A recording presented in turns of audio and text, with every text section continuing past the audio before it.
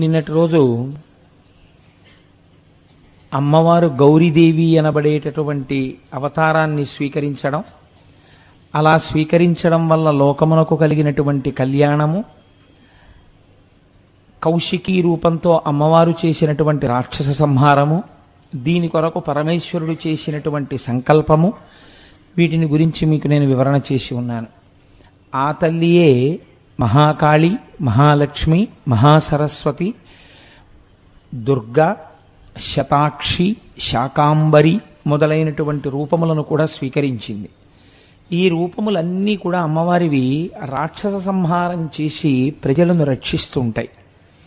మీరు చూడండి, అమ్మవారు సాక్షాత్తు గురుస్వరూపంగా కూర్చుని మీకు కనపడుతుంది ఒక చోట. ఎందుచేత అంటే పరబ్రహ్మస్వరూపిణి అయినటువంటి జగన్మాత శివునకు శివశక్తికి అభేదమని నిన్నటి రోజున మీకు నేను విజ్ఞాపన చేసి ఉన్నాను. శివుడు ఎలా దక్షిణామూర్తిగా కూర్చుని ఉపదేశం చేశాడో అలా తల్లి కూడా మౌన వ్యాఖ్య చెయ్యకుండా ఒకానొక స్వరూపమునందు గురుస్వరూపిణిగా ఆవిడ నిలబడి లోకమునకు బోధ చేసింది. ఇది సాక్షాత్ ఉపనిషత్తులోనే మీకు కనపడుతుంది. కొంచెం ఇది అరుదైన సందర్భం. కేనోపనిషత్తు అని మనకి దశోపనిషత్తుల్లో చాలా గొప్ప ఉపనిషత్తుల్లో కేనోపనిషత్తు ఒకటి. ఉపనిషత్తులు కథారూపంగా కూడా విషయాన్ని చెప్పడం అనేటటువంటి ప్రక్రియ ఒకటి ఉంది. ఆ కేనోపనిషత్తులో ఒక ఆశ్చర్యకరమైన సందర్భాన్ని ఒకదాన్ని చెప్తారు. ఇంద్రుడి యొక్క నాయకత్వంలో దేవతలందరూ రాక్షస సంహారము చేసి ఒక చోట కూర్చుని ఉన్నారు. కూర్చుని ఉన్నప్పుడు వాళ్ళల్లో వాళ్ళు అనుకుంటున్నారు ఏమని అంటే, ఈ కార్యాన్ని మనం సాధించాం, రాక్షసులందరినీ దునుమాడాం, విజయాన్ని సాధించాం, మన శక్తి గొప్పది, మన పరాక్రమం గొప్పది, మన సామర్థ్యం గొప్పది అని వాళ్ళు మాట్లాడుకుంటున్నారు. మాట్లాడుకుంటున్న సమయంలో వాళ్ళకు ఒక మహాభూతము కనపడింది. మహాభూతము అంటే ఏదో పిశాచము ఇలాంటివి అనుకోకండి. మహాభూతో మహానిధి అని విష్ణు సహస్రనామంలో శ్రీమన్నారాయణుడికి కూడా పేరు. మహాభూతం అంటే కాంతి రూపంలో ఒక పెద్ద స్వరూపం ఒకటి కనపడింది. ఏమిటిది? కాంతి కదండి. కంటిని తొందరగా ఆకర్షించేది ఏది అంటే కాంతి. కన్ను ఎప్పుడు ఆకర్షింపబడిందో మిగిలిన ఇంద్రియములు, మనస్సు ఆకర్షింపబడతాయి. కనుక ఇప్పుడు ఆ ఎదురుగుండా ఉన్నటువంటి కాంతిపుంజమును చూసి ఎవరో కనుక్కు రమ్మని మొట్టమొదట అగ్నిహోత్రుణ్ణి పంపించాడు దేవేంద్రుడు. అగ్నిహోత్రుడు అక్కడికి వెడితే అగ్నిహోత్రుడి యొక్క గొప్పతనం ఏమిటి? దేన్నైనా కాల్చగలడు. ఆ కాంతిపుంజం అడిగింది, నువ్వేం చేస్తూ ఉంటావు అని అడిగాను. అడిగితే ఆయన వెంటనే ఒక మాట చెప్పారు, నేను దేన్నైనా కాల్చేస్తాను అన్నాడు. ఆహా, అలాగా. ఇగో అక్కడ ఒక గడ్డి పరక ఉంది, దాన్ని దహించు, కాల్చు అందావిడ. ఆ కాంతిపుంజం ఈ మాట అంటే ఆయన వెంటనే అక్కడ ఉన్నటువంటి ఆ ఎండిపోయిన గడ్డి పరకని కాల్చే ప్రయత్నం చేశాడు. తన శక్తినంతటినీ కేంద్రీకరించిన గడ్డి పరక కాలలేదు. కాలకపోతే ఆయన చాలా ఆశ్చర్యపోయి కుపితుడై అవమాన భరితుడై తిరిగి వచ్చి ఇంద్రుడికి చెప్పాడు. ఇంద్రుడికి చెప్తే ఇంద్రుడు ఆశ్చర్యపోయి వెంటనే వాయుదేవుణ్ణి పిలిచాడు. నీకు ప్రభంజనుడు అని పేరు కదా, నువ్వు విస్తృతమైన వేగంతో వెళితే నీతో పాటు గడ్డిపరక చాలా తొందరగా ఎగిరిపోతుంది, అసలు అదేమిటో కనుక్కురమ్మని వాయుదేవుణ్ణి పంపాడు. ఇప్పుడు వాయుదేవుడు వెళ్ళి నిలబడితే ఆ కాంతిపుంజం అంది, నువ్వెవరు అంది. నేను వాయువుని, నేను లోకమును నిలబెట్టగలను, లోకమును ప్రభంజనుడని విరగ్గొట్టగలను, నాకు 2 శక్తులు ఉన్నాయన్నాడు. ఓహో, అంతకుముందు ఆయన ఒక్క శక్తి చెప్పాడు, నీకు 2 శక్తులు ఉన్నాయన్నమాట. అయితే ఈ గడ్డి పరకను ఎగరగొట్టు అంది. అంటే ఆయన తనకున్న బలాన్నంతటినీ వినియోగించాడు. ఆ గడ్డి పరక ఎగరలేదు. ఆయన కూడా కుపితుడయ్యాడు, అవమానం పాలయ్యాడు, ఆయన కూడా వెళ్ళిపోయాడు. సరే, ఇలా దేవతలు తమకు తోచినటువంటి శక్తులు ప్రయోగించారు, ఎవరి వల్ల ఏమీ చెయ్యలేకపోయారు ఆ గడ్డి పరకని. అప్పుడు దేవేంద్రుడే వెళ్ళాడు. దేవేంద్రుడే వెడితే ఆ కాంతిపుంజము తన యొక్క స్వస్వరూపమును ఆవిష్కరించింది. కాంతిపుంజము అని ఉపనిషత్తు ఎందుకు మాట్లాడిందంటే, బ్రహ్మమునకు యథార్థమునకు రూపం ఉండదు, అది భాష, స్ఫురణ, స్ఫురత్, అది కాంతి. కాబట్టి కాంతిపుంజముగా ఉన్నటువంటి ఆ స్వరూపం అమ్మవారి స్వరూపంగా మారింది, జగదంబగా ప్రత్యక్షమైంది. ప్రత్యక్షమైతే ఆయన వెంటనే స్తోత్రం చేశాడు అమ్మవారిని. అప్పుడు ఆవిడ కూర్చోపెట్టింది. అయితే ఆ పరిశోధకులు అంటారు, ఒక చిత్రమైన మాట చెప్పారు. నేను ఎప్పుడైనా శ్రీకాళహస్తి వెడితే ఈ విషయాన్ని ఒక్కసారి పెద్దలు ఎవరైనా అక్కడ ఉన్నవారిని అడగాలి అని అనుకుంటుంటాను. శ్రీకాళహస్తి దేవాలయం వెనకాతల ఉన్న ఒక ప్రాంతంలోనే ఈ సంఘటన జరిగింది అంటుంటారు. పరమాచార్య స్వామి వారు కూడా ఎక్కడో ఒక చోట ఈ మాట అన్నట్టు నాకు జ్ఞాపకం. తర్వాత ఎప్పుడో నేను పుస్తకాలు జాగ్రత్తగా చూడవలసి ఉంది దాని గురించి. అది నిజంగా మన ఆంధ్రదేశంలోనే జరుగుంటే అంతటి పవిత్ర భూమి మనం ఉన్న చోట ఉందని ఒక తృప్తి. కాబట్టి ఇప్పుడు అమ్మవారు ఇంద్రుణ్ణి కూర్చోపెట్టి బ్రహ్మమునకు సంబంధించినటువంటి సమస్త జ్ఞానమును ఉపదేశించేసింది. నీ అంత నీవుగా కాదు, ఈ లోకములో ఎవ్వరికీ కూడా శక్తి లేదు. శక్తి అన్నది ఏదైనా ఉంటే శరీరమునందు శక్తి రూపేణ సంస్థిత, ఆ తల్లియే శక్తి రూపంలో ఉంది. ఈ చెయ్యి కదులుతోందంటే ఆ అమ్మ అనుగ్రహం. నేనిప్పుడు మీకు 4 మాటలు చెప్పాలి అని అనుకుంటే నాకు స్ఫురణ యందు నేను ఈ మాట చెప్పాలి అని అనుకున్నప్పుడు నేను చదివినటువంటి సందర్భం ఒక వరుస క్రమంలో నాకు జ్ఞాపకం రావాలి. అలా కాకుండా నాకు ముందు ఇంద్రుడు వెళ్ళినట్టు జ్ఞాపకానికి వచ్చి తర్వాత అయ్యో నన్ను క్షమించండి ముందు అగ్ని కూడా వెళ్ళాడండి అన్నాను అనుకోండి, ఇలా నేను తబిసీలు చేశాను అనుకోండి, చెప్పేదాన్ని మీరు కంగారు పడతారు. ఏమిటిది, ఈయన ముందుది వెనక్కి చెప్తాడు, వెనకది ముందుకు చెప్తాడని. అలా కాకుండా ఒక వరుస క్రమంలో నాకు జ్ఞాపకానికి వచ్చి, నాకు జ్ఞాపకానికి వచ్చినటువంటి విషయం మీ యందు కూడా అది అనుభవంగా మారేటట్టుగా, మీకు కూడా తెలుసున్న విషయముగా భావన జరిగేటట్టుగా, నేను నాలో ఉన్న భావాన్ని వాక్కులుగా మార్చడానికి నా మూలాధార చక్రం దగ్గర ఉన్నటువంటి వాయువు కదిలి ఒక్కొక్క చక్రాన్ని దాటి పైకి వస్తుంటే ఆఖరికి కంఠాన్ని దాటి నోటి దగ్గరికి వచ్చినప్పుడు నాలుక ఆ గాలిని నొక్కితే సొట్టలబడి వర్ణములైతే, వర్ణములు పదములైతే, పదములు వాక్యములైతే, వాక్యములు అర్థంతో కూడి పైకి వచ్చి ధ్వనిగా మారి మీ చెవులలోంచి లోపలికి వెళ్ళి నేను పొందినటువంటి భావాన్ని మీరు పొంది సభయందు సభాభ్య సభాపతిభ్యశ్చ వో నమో నమో అన్నట్టుగా ఏకీకృతమవుతుంది సభ. కాబట్టి శృణ్వంతపః అనడానికి కారణం అదే. వింటున్నప్పుడు ఎంత ఎక్కువ మంది వింటున్నారు అన్నది కాదు, అందులో ఏకాగ్ర దృష్టితో ఎవరో ఒకరు వింటూ ఉండవచ్చు సభలో. మమేకమై చెవులే పనిచేస్తుండగా మిగిలిన ఇంద్రియములన్నీ పనిచేయడం ఆగిపోయి తదేక దృష్టితో వింటూ ఉంటారు. అలా వింటున్నప్పుడు ఏమవుతుందంటే వారి యొక్క కేంద్రీకృతమైన దృష్టికి భంగపాటు కలిగితే అది తపోభంగము కిందే లెక్కకొస్తుంది. అలా ఏ కారణం వల్ల, ఏ ధ్వని వలన వింటున్న వాళ్ళ యొక్క దృష్టి చెదిరిందనుకోండి, నిష్కారణంగా ఏమవుతుందంటే తెలియకపోయినా ఎవరు అలా అవతల వారి దృష్టిని పాడు చేశారో వాళ్ళ ఖాతాలో ఆ తపోభంగమైన ఫలితం పడిపోతుంది. కాబట్టి సభలో కొంచెం మర్యాదగా ఉండండి, చప్పుడు చేయకండి అనడానికి కారణం ఇది. కాబట్టి సభాభ్య అది ఈశ్వర స్వరూపము, దాని యందు కొంచెం నమ్రతతో ఆ వినయంతో ప్రవర్తించవలసి ఉంటుంది. కనుక చూడండి, ఇప్పుడు నేను చెయ్యి కదిలితే అమ్మవారి అనుగ్రహం, నేను 4 మాటలు పలికితే అమ్మవారి అనుగ్రహం, మీరు వింటే అమ్మవారి అనుగ్రహం, మీకు లోపలికి చేరితే అమ్మవారి అనుగ్రహం, మనసు పట్టుకుంటే అమ్మవారి అనుగ్రహం, అది మళ్ళీ తిరిగి జ్ఞాపకానికి వచ్చి మీరు దీన్ని ఆచరణలో పెట్టగలిగితే అమ్మవారి అనుగ్రహం. మీరు చూడండి, లోకమునందు ఒక పోకడ ఉంటుంది. తెలుసుకోవడం వేరు, తెలియకపోవడం వేరు. మీరు చాలా జాగ్రత్తగా గమనించవలసి ఉంటుంది. ఉద్ధరణ దేని వలన కలుగుతుందంటే తెలుసుకోవడము వలన కలగదు. మీరు బాగా జ్ఞాపకం పెట్టుకోండి. మీకు ఇత పూర్వం ఏదో ఒక విషయం తెలియదు, మీరు ఇప్పుడు తెలుసుకున్నారు కొత్తగా. ఆ విషయాన్ని మీరు ఆచరణలో పెట్టారు. మీరు ఇతపూర్వం ఎలా ప్రవర్తిస్తారో అలాగే ప్రవర్తిస్తారు. ఇది ఎందుకు విన్నారు అంటే మీరు విన్నారంతే దాన్ని. ఇప్పుడు అది ఏమైంది అంటే మీకు తెలియబడినది, ఇలా ఉండాలి అని మీకు తెలుసు, కానీ మీరు అలా ఉండరు. అలా ఉండకపోవడాన్ని శాస్త్రం ఏమని పిలిచిందో తెలుసా అండి? శ్రద్ధాహీనత్వము చేత రాక్షస ప్రవృత్తి ఉన్నవాడు అని పిలిచింది. ఇదే రావణ ప్రవృత్తి.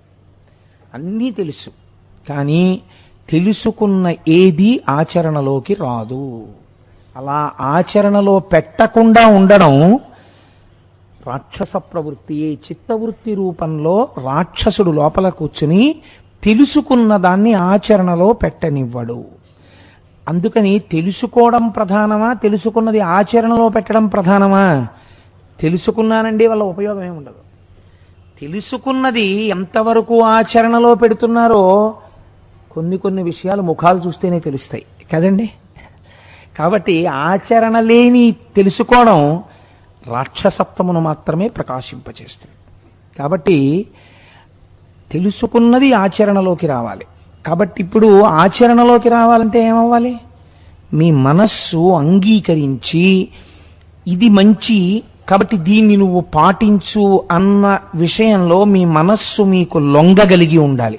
ఇలా లొంగడం ఒక శక్తి. మీకు లొంగకపోతే కదండి మీలో మార్పు రాదు. లొంగిందనుకోండి మార్పు వచ్చేస్తుంది. కాబట్టి ఈ మార్పు రావడం ప్రధానమైన ఉద్దేశ్యము శాస్త్రమునందు. అలా రాలేదనుకోండి అర్థం ఏమిటో తెలుసా అండి? ఇంకా అమ్మవారు తన మాయనే వారి మీద ప్రసరింపచేస్తున్నది అని గుర్తు. అంటే పూర్ణ భక్తిత్వం ఏర్పడలేదన్నమాట. అందుకే ఆ మాయ తొలగలేదు, ఇంకా మాయ యందు కొట్టుమిట్టాడుతున్నాడు. కనుక మీరిప్పుడు చూడండి, లోకములో తెలుసుకోవాలన్న కుతూహలం దగ్గర నుంచి తెలుసుకున్నది ఆచరణలోకి రావడం వరకు, మనస్సు ముఖం అవడం వరకు అన్నీ అమ్మవారి అనుగ్రహముగానే ఉంటాయి. అందుకే జగదంబ అనుగ్రహం లేకుండా, అమ్మవారి యొక్క అనుగ్రహము లేకుండా శివాభిముఖుడు కావడము, ఈశ్వరాభిముఖుడు కావడము జరగదు. శాస్త్రం తేటతెల్లం చేసింది. దీన్నే పోతన గారు గొప్ప శ్రీ విద్యోపాసకుడు అండి. ఆయనకి శ్రీ విద్యలో తెలియని రహస్యాలు లేవు. అందుకే యాదేవి సర్వభూతేషు శక్తి రూపేణ సంస్థిత అనేటటువంటి వాక్యాలను ఆయన ఎంత గొప్ప కందపద్యం కింద మార్చేశారో తెలుసా అండి? బలయుతులకు దుర్బలులకు బలమెవ్వడు, నీకు నాకు బ్రహ్మాదులకు బలమెవ్వడు, ప్రాణులకును బలమెవ్వండట్టి విభుడు బలమసురేంద్ర అన్నారు. ఆయన పుంస్వరూపం మీద పెట్టారు.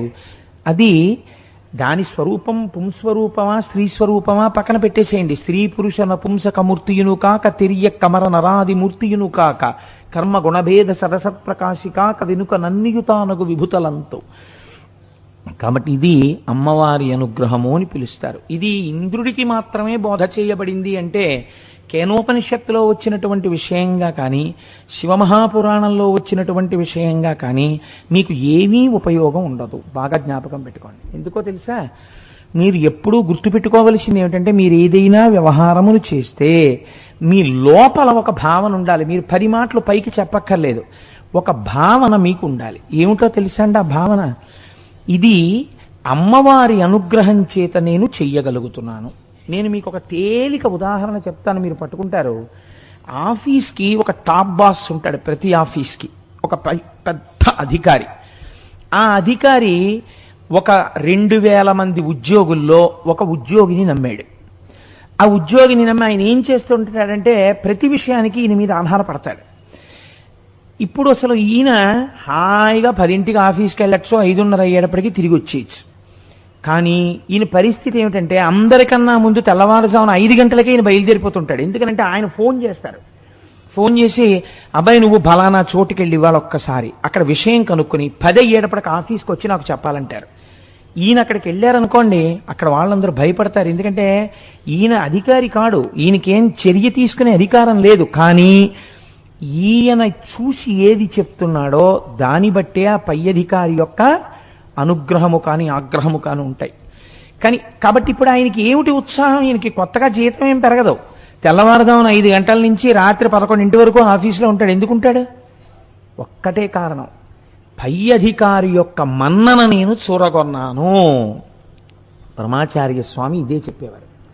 మీరు పరమేశ్వరుణ్ణి ఒక్క అరగంట సేపు పూజ చేసుకుంటే నీ చేశాననకూడదు.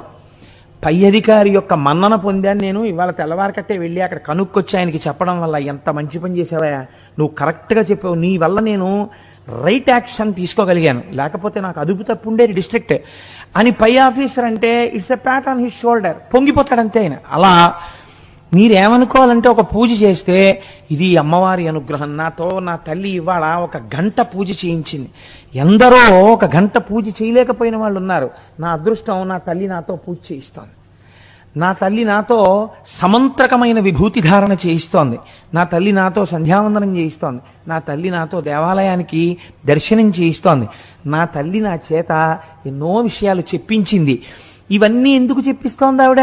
నన్ను ఉద్ధరించడానికి. నా యందు అమ్మ కృప ఉంది. అమ్మ కృప ఉండబట్టే నాకేం చేత కాకపోయినా అమ్మవారు నన్ను కూర్చోబెట్టి నాలోంచి పలికి నన్ను ధన్యుణ్ణి చేస్తోంది. ఇప్పుడు మీరు ఈ అనుగ్రహం పోగొట్టుకోవడానికి ఇష్టపడతారా?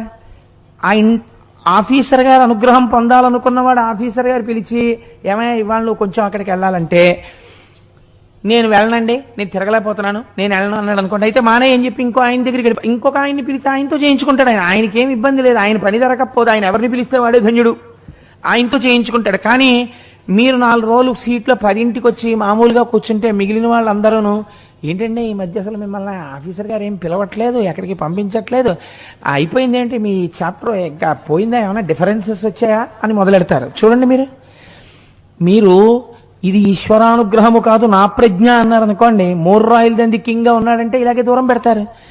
కాబట్టి ఇది నేర్చుకోమని అమ్మవారు ఎంత గమ్మత్తుగా చెప్పిందో చూడండి. ఏం చెయ్యండి, చేస్తూ ఉండాలి. కానీ ఏది చెయ్యండి అంటే నా ఉద్దేశంలో అన్ని పనులు అని కాదు, వేదం అంగీకరించిన మంచి పనులు చేస్తూ నేను చేశానని అనకూడదు. అమ్మవారు చేయిస్తోంది. ఇది అమ్మవారి పూజ అంటే. అమ్మవారి పూజ అంటే మీరు లలితా సహస్రనామ స్తోత్రంతో పూజా మందిరంలో కూర్చుని కుంకుమార్చన చేసేసి బయటికి వచ్చి నేను కుంకుమార్చనతో రోజు లలితా సహస్రం చదువుతానండి అంటే పూజ తెలియదు. అయా ఏం చేస్తున్నారండి అని అడిగారు అనుకోండి, నా అదృష్టం అండి అమ్మవారు ప్రతిరోజు లలితా సహస్రంతో నాతో కుంకుమార్చన చేయిస్తూ ఉంటుంది అన్నారు అనుకోండి, మీరు పూజ చేస్తున్నారు. అది అసలు శక్తి స్వరూపాన్ని పట్టుకోవడం అంటే. ఇది చెప్తోంది అమ్మవారు ఇంద్రుడికి. ఇంద్రుణ్ణి అడ్డు పెట్టి లోకానికంతటికీ ఆవిడ చెప్పింది కేనోపనిషత్తులో. ఇంద్రుణ్ణి అడ్డు పెట్టి లోకానికంతటికీ చెప్పింది శివమహాపురాణంలో. నువ్వు ఎంత అభ్యున్నతిలోనైనా ఉండు కాదన్నాం, కానీ ఒక్క మాట మర్చిపోతూ ఉండకు. ఇది ఈశ్వరానుగ్రహం అంటుండు. శివ ఇద్దరికీ తేడా ఏం లేదు. ఇది శివానుగ్రహం అండి అంటుండు. నువ్వు అంతా చేసేయి, ఇదంతా మా అమ్మ నాన్నగారు చేయించారని చెప్పి ఉమామహేశ్వర పరబ్రహ్మార్పణమస్తు అను, నాదేం లేదు ఇందులో అని వెళ్ళిపోతే చాలు. పొంగిపోతారు వాళ్ళు. నాది అని అనకు, వారిది అని లోపల భావన చేస్తుండు. నీ యందా కటాక్షం అలా వస్తూనే ఉంటుంది. మీరు చూడండి, మీకు లోకమంతా కనపడుతూ ఉంటుంది సూర్యకాంతిలో. ఇంత లోకమంతా కనపడడానికి హేతువులు 2. ఒకటి సూర్యకాంతి చేత జగత్తు ప్రకాశించడం. ప్రకాశిస్తున్నటువంటి కాంతి యందు మీ కన్ను ఇలా తిప్పగానే మీ కంటి నుంచి బయలుదేరినటువంటి కాంతి కిరణం అది సూర్యుడిదే. ఆ కాంతి కిరణము వెళ్ళి ఒక వస్తువు మీద పడి పరావర్తనము చెంది వెనక్కి వచ్చింది. వెనక్కి వస్తే ఎదురుగుండా ఉన్న వస్తువు రెటీనా మీద మీకు బింబం కింద పడింది కదండి. అప్పుడే కదా మీరు చూస్తున్నారు. ఇంత జగత్తు చూడడానికి సూర్యకాంతి హేతువు, ఇంత జగత్తు చూడడానికి ఈ కన్ను హేతువు. ఈ 2 ఉన్నా కూడా మీరు ఇంత చిన్న ఈ వేలు తీసుకెళ్లి కంటి గుడ్డుకి ఇలా అడ్డం పెట్టండి, ఏమైంది? ఏమీ కనపడదు. ఇంత సూర్యరశ్మి, ఈశ్వరుడు మీకు ఇచ్చిన కన్ను, మీకు లోకం చూడ్డానికి ఇప్పుడు ఉపయోగపడతాయా? ఉపయోగపడవు. అంత సూర్యకాంతిని, ఇంత జగత్తుని, ఇంత ఆరోగ్యవంతమైన కంటిని ఎంత చిన్నది అడ్డుతోంది? ఈ వేలు ఇలా అడ్డం పెట్టాను అంతే, ఈ కన్ను కనపడదు. అలా అపారముగా వచ్చేటటువంటి భగవంతుని యొక్క కరుణ, పుచ్చుకోగలిగినటువంటి సమర్థమైన మనుష్య ఉపాధి, రెండిటికి మధ్యలో ఒకటి నిలబడుచున్నది. అది అహంకారము. నా అంతవాణ్ణి నేను, నా అంతవాణ్ణి నేనని ప్రతి దానికి నేను నేను నేను అంటూ ఉండడం. ఈ నేను నేను నేనన్న భావనే నిన్ను అంధుడను చేయుచున్నది. నీకు కనబడవలసిన వస్తువు కనపట్టలేదు. నువ్వు చీకటిలో బతుకుతూ నువ్వు అన్నీ చూస్తున్నానని భ్రమపడుతున్నావు. ఈ వేలు అడ్డం ఇలా తీస్తే చాలు, మళ్ళీ నీ దృష్టి నీకొచ్చింది. ఈ అహంకారమును పక్కన పెట్టి ఇది నువ్వు గుర్తించు. కన్నిచ్చినవాడు వాడు, కన్ను చూడడానికి అనుగ్రహించి కాంతినిచ్చినవాడు వాడు, చూసి ఆనందిస్తున్నవాడవు నువ్వు. ఈ ఆనందమునకు హేతువు వాడు. కాబట్టి నాదేముందని అంతా వాడు అని నువ్వు ఒక్క మాట అనగలిగితే అంతే చాలు. జీవితాంతము ఆ అహంకారాన్ని పక్కన పెట్టేటటువంటి అదృష్టము ఈశ్వరుడు వారికి కృప చేశాడు. వారు ఈశ్వరుడే అయి ఈ భూమి మీద నడయాడారు. కనుక మనం ఆ కోణంలో దాన్ని అర్థం చేసుకుని ఆ కోణంలో దాన్ని మనం కానీ అమలులోకి తెచ్చుకోగలిగితే ఎప్పుడెప్పుడు అహంకారం పొటమరించినప్పుడు మీరు కంగారు పడిపోక్కర్లేదు. ఇది నా ప్రజ్ఞ అని ఒక్కొక్కసారి లోపల నుంచి వస్తుంది. వెంటనే దాన్ని కరెక్ట్ చేసుకోవడానికి లోపల ఒక్క క్షమార్పణ చెప్పి, చూసావా అమ్మా ఎంతలో పడిపోయానో, అమ్మ నన్ను మన్నించు, నీదేనమ్మా ఈ ప్రజ్ఞ, చూసావా నీ బిడ్డని కదా, నన్ను మన్నించు తల్లి అని ఒక్క మాట లోపల అనుకుంటే చాలు, ఆవిడొక్క చిరునవ్వు నవ్వేస్తుంది. అలా క్రమక్రమంగా అది అలవాటులోకి రావడం మనుష్య జీవితానికి చాలా అవసరమైనటువంటి విషయం. ఇది పక్కన పెట్టి ఇది సాధనలోకి తెచ్చుకోకుండా మీరు కథలుగా ఎన్ని విషయాల్ని విన్నా దాని వలన మీరు ఉయ్యాల ఎక్కి కాశీ పెడదాం అనుకున్నట్టే. ఉయ్యాల ఎక్కి 3 రోజులు ఊగినా ఎక్కడ ఉంటారు, ఎక్కడెక్కారో అక్కడే ఉంటారు. అది సాధనలోకి రానంతసేపు ఏదైనా అంతేనండి. భగవత్ సంబంధమైన విషయము సాధనలోకి రాకపోవడాన్ని శాస్త్రం దేంతో పోల్చిందో తెలుసా అండి? పరిశేచనము చేయబడి విసర్జింపబడిన భోజనము అని చెప్పింది. వాడు ఎటువంటి వాడని నువ్వు చెప్పాలో తెలుసా? వాడు భోజనం పెట్టగానే వాడు పరిశేచనం చేస్తాడు, అంటే నీటిని తిప్పి మంత్రం చెప్తాడు. వాడు తినడు, లేచి వెళ్ళిపోతాడు. పరిశేచనం చేసి భోజనం దగ్గర నుంచి లేచి తినకుండా వెళ్ళిపోయినటువంటి వాడు ఎంత పాపాత్ముడో, ఎంత పద్ధతి తెలియని వాడో తెలుసుకుని ఆచరణ యందు పెట్టని వాడు అటువంటి వాడే. కాబట్టి వాడు రాక్షసుడగుచున్నాడు. తెలుసుకున్నది ఆచరణాత్మకము అయి తీరవలే. కాబట్టి ఇది అవడానికి మీకు అమ్మవారి అనుగ్రహం కావాలి. అందుకని జగదంబ యొక్క పూజ ఎవ్వరికైనా తప్పదు. అమ్మని ఆరాధించవలసినదే. అమ్మని అనేక రూపాలలో ఆవిడే అనుగ్రహిస్తూ ఉంటుంది. నిన్నటి రోజున చూడండి, గౌరీ పూజ చేయకుండా ఉంటే, గౌరీ పూజ సరిగ్గా చెయ్యకపోతే మీ ప్రారంధం ఏదో మీరు అనుభవిస్తారంతే. భర్తకి ఏదో గండం ఉంది, ఎవరు తొలగించగలరు? తల్లి తొలగించలేదు, తండ్రి తొలగించలేడు, అత్త తొలగించలేదు, మామ తొలగించలేడు, తాను తొలగించలేదు. ఎవరు తొలగించగలరు? మంగళసూత్రములో తల్లి సర్వమంగళాదేవత ఉంది. ఈ సర్వమంగళాదేవతని నువ్వు కట్టుకున్నప్పుడు మెడలో నీ వివాహమునకు ముందు ఒక్కసారి గౌరీ పూజ సరిగ్గా చేసి పీటల మీద కూర్చుంటే ఈ ప్రారబ్ధము దిద్దబడుతుంది. అమ్మవారి అనుగ్రహం కలిగితే అవతల స్త్రీకి పసుపు కుంకాలు ఉంచడం అమ్మవారికి పెద్ద లెక్క అండి, పెద్ద విశేషం ఏం కాదు. ఆవిడ ఇచ్చేస్తుంది అంతే పసుపు కుంకాలు. ఎటు తిరిగి మీకు ఆ పూనిక ఉండాలి. పూనిక లేని పని పరిశేచనము చేసి విడిచిపెట్టబడిన భోజనము. మాకు అన్నీ తెలుసండి, గౌరీ పూజ చెయ్యాలని తెలుసు, కానీ ఇంపార్టెన్స్ అంతా ఎవరికంటే వీడియోగ్రాఫర్కి, కెమెరామ్యాన్కి. ఇంక ఎందుకు ఆ గౌరీ పూజ?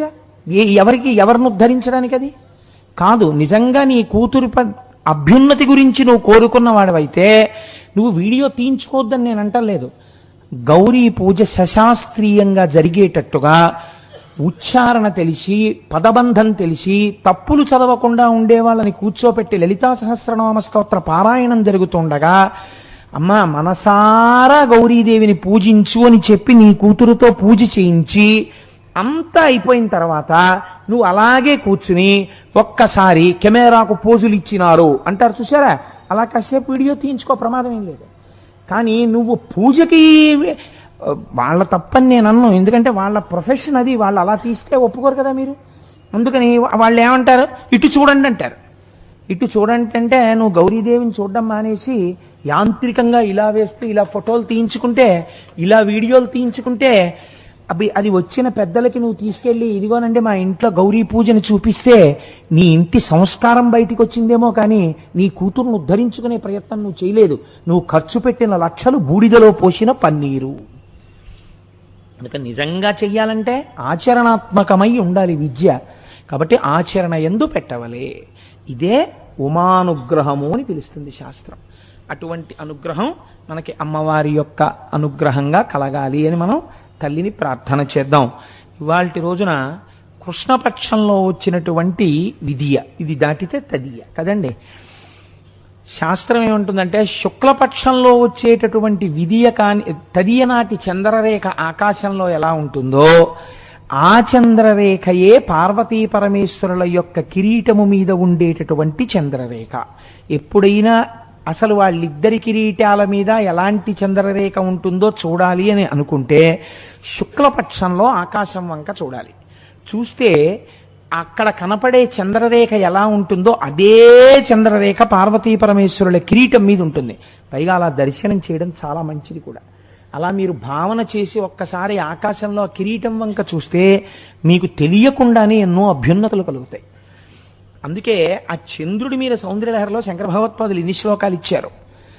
అలా ఆ చంద్రరేఖని కలిగినటువంటి వాణ్ణి చంద్రశేఖరుడు అని మనం పిలుస్తాం. ఆ చంద్రశేఖరుని యొక్క ఇల్లాలే అమ్మవారు. వాళ్ళిద్దరి యొక్క కిరీటాల మీద చంద్రరేఖలుంటాయి. కళాభ్యాం చూడాలంకృత శిశి కళాభ్యాం అంటారు శంకరాచార్యుల వారు. ఇప్పుడు ఆ చంద్రశేఖరుణ్ణి స్తోత్రం చేసి ఒక ఆయన ఆశ్చర్యకరమైన విషయాన్ని ఈ లోకంలోకి తీసుకొచ్చాడు. ఆయన ఏమి తీసుకొచ్చాడు, ఆయన గొప్పతనం ఏమి? అందున దీని గొప్పతనం ఏమిటంటే, నేను ఎందుకు ఇవాళ దీని గురించి చెప్పాలి అని అనుకున్నానంటే, ఇది మాఘమాసంలో జరిగినటువంటి కథ. ఇది మాఘమాసంలో ఎవరైనా వింటే వాళ్ళకి విశేషమైనటువంటి ఫలితం కలుగుతుంది అని శాస్త్రవాక్కు. కాబట్టి మళ్ళీ ఎదర సుబ్రహ్మణ్యేశ్వర స్వామి వారికి సంబంధించినటువంటి కథా కార్యక్రమాన్ని నేను ప్రారంభం చేయవలసి ఉంటుంది. కాబట్టి మొట్టమొదటే ఇవాళ నేను ఒక్కసారి ఆ మార్కండేయుని యొక్క కథని చెప్తే మనం అందరం పవిత్రులం అవుతామని నేను ఇవాళ మార్కండేయ సంబంధమైన విషయాన్ని ప్రతిపాదన చెయ్యాలి అని ఆఖరి నిమిషంలో మనసు మార్చుకుని ఇక్కడికి రావడం జరిగింది. కాబట్టి చూడండి, పూర్వకాలంలో మృకండు అనబడేటటువంటి ఒక మహర్షి.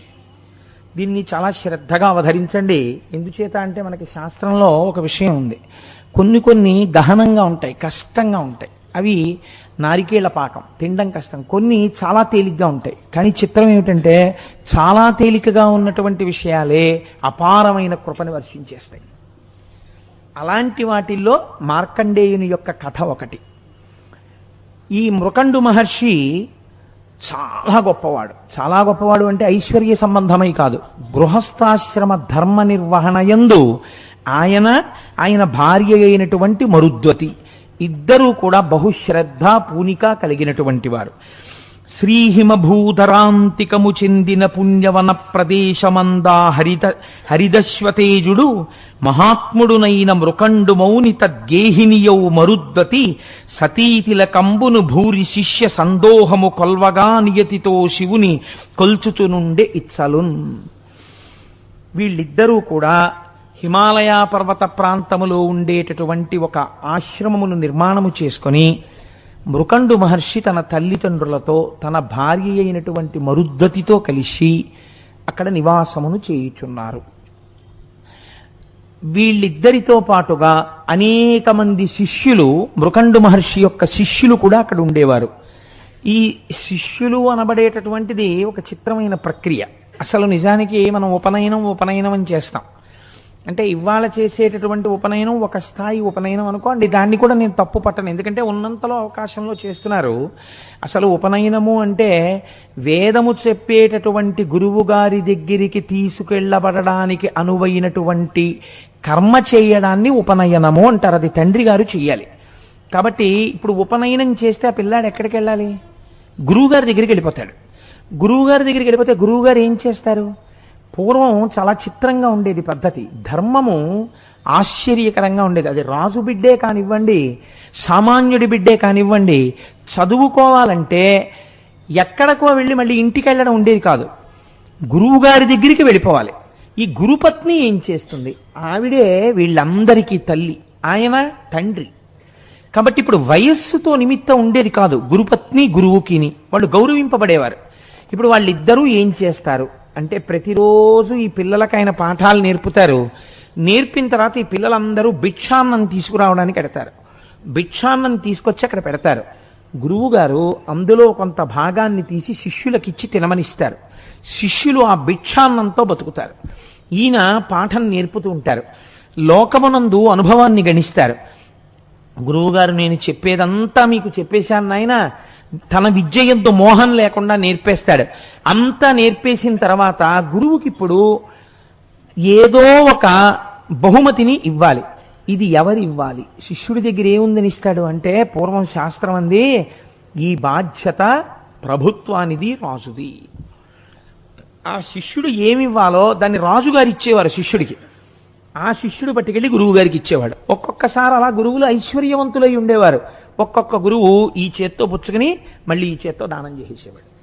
ఎప్పుడూ వాళ్ళంతే ఆ శిష్యులకు అలా బోధ చేస్తూ తరించిపోతూ ఉండేవారు. అందుకని గృహస్థాశ్రమంలో ఉండి వచ్చిన వాళ్ళని ఆదరిస్తూ ఉండడం, తను నేర్చుకుంటూ ఉండడం, తను నేర్చుకున్న దాన్ని ఏ స్వార్థ ప్రయోజనమును ఆశించక అందరికీ పంచిపెడుతూ ఉండడం, అది తరించేటటువంటి మార్గం. కనుక ఇప్పుడు ఆయన ఎలా జీవించాడు?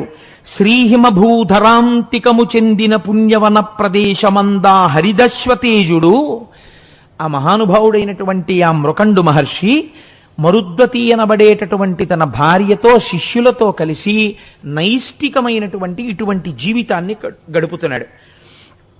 కంటికి రెప్పబోలె తన కన్నకుమారుల ఎట్లు శిష్యులందంట అతండు సాకుచు సతమ్మును అర్ధుల గోకులమ్ములన్ కుంటువడంగనీకడు కూరిమి బ్రోచుచు ఎల్లవారికిన్ పంటవలెంత నర్చెడు విభాసుర భూసుర రజమౌళియై.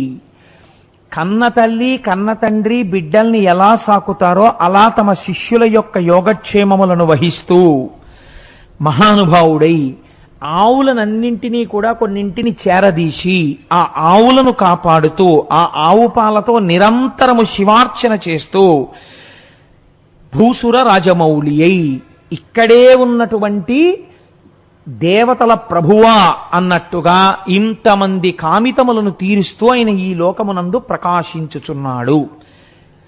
ఇలా ప్రకాశించి ఆయన జీవితాన్ని గడుపుతుంటే ఆ మరుద్వతి ఏం చేస్తోంది? ఆవిడ గృహిణి కనుక ఆవిడ 3 బాధ్యతలను నిర్వర్తించింది అన్నారు. ఆ మరుద్వతియును అత్తమామలకు ప్రీతి అయి సేవ చేయుచు పిన్మిటికి సతతమ్ము ప్రియమునరించుచు తనదు శిష్యజనుల తల్లి వలెన్ కాచు సంబరమున. ఇది చంపేస్తున్నారు మీరు మీ శిష్యులు అనలేదు. సంబరమున ఎంతో సంతోషంతో అత్తమామలకి సేవ చేసింది, తన భర్తని సేవించింది, శిష్యులను ఒక తల్లిలా కాపాడింది. కాబట్టి ఇద్దరూ కూడా చక్కగా గృహస్థాశ్రమంలో వాళ్ళు నిర్వహించవలసినటువంటి ధర్మం ఏది ఉన్నదో ఆ ధర్మాన్ని నిర్వహిస్తున్నారు. ఆ ముని దంపతుల్ సతతమావని యందు గృహస్థ ధర్మమున్ బ్రేముడి నిర్వహింపుచును పెంపెసగంగ వసించిరేలకో ఆ మహనీయమూర్తులకు అక్కట సంతతి లేకయుండే వారేమియు చింతసేయకయ ఈశ్వరు కొల్చుచునుండి రిమ్మునన్. వాళ్ళిద్దరూ గృహస్థాశ్రమంలో తమ జీవితాన్ని పండించుకుని అందరికీ కామధేనువై కల్పవృక్షమై తమ జీవితాన్ని నడుపుతున్నా వారికి బిడ్డలు కలగలేదు. బిడ్డలు కలగలేదు కనుక వాళ్ళు శివార్చన మానలేదు. మనకి ఏది ఇవ్వాలో ఏది ఇవ్వకూడదో ఈశ్వరుడికి తెలుసు. కాబట్టి ఎప్పుడు ఇవ్వాలో ఈశ్వరుడికి తెలుసు. ఈశ్వరుడు ఇస్తాడని అదే పూనికతో వాళ్ళు శివార్చన చేయుచున్నారు. ఇలా ఉండగా ఒకానొక రోజున ఒక ఆశ్చర్యకరమైనటువంటి సంఘటన జరిగింది. ఒకనాడమ్ముని బంగరంపు మలయం దెప్పొందు పైతామహ ప్రకటారామము చేరి బ్రహ్మసభ చేరంబోవ ద్వారంబునందకలంకుండగు ఆ మృకండుముని అపత్యం బగ్గ దవ్వారికుల్ రకమౌనా విభవంబు లేదని మునీంద్ర శ్రేష్ఠుడవ్వారితో. ఆయన ఒకానొక నాడు పూర్వం వాళ్ళ యొక్క తపశ్శక్తి అటువంటిది. చతుర్ముఖ బ్రహ్మగారి యొక్క అంతఃపురం ఉండేటటువంటి ప్రదేశానికి వెళ్ళి బ్రహ్మగారి సభలోకి ప్రవేశించడం కోసమని మిగిలినటువంటి ఋషులతో పాటుగా లోపలికి వెడుతున్నాడు. వెడుతుంటే అక్కడ ఉండేటటువంటి ద్వారపాలకులు అడ్డు పెట్టారు.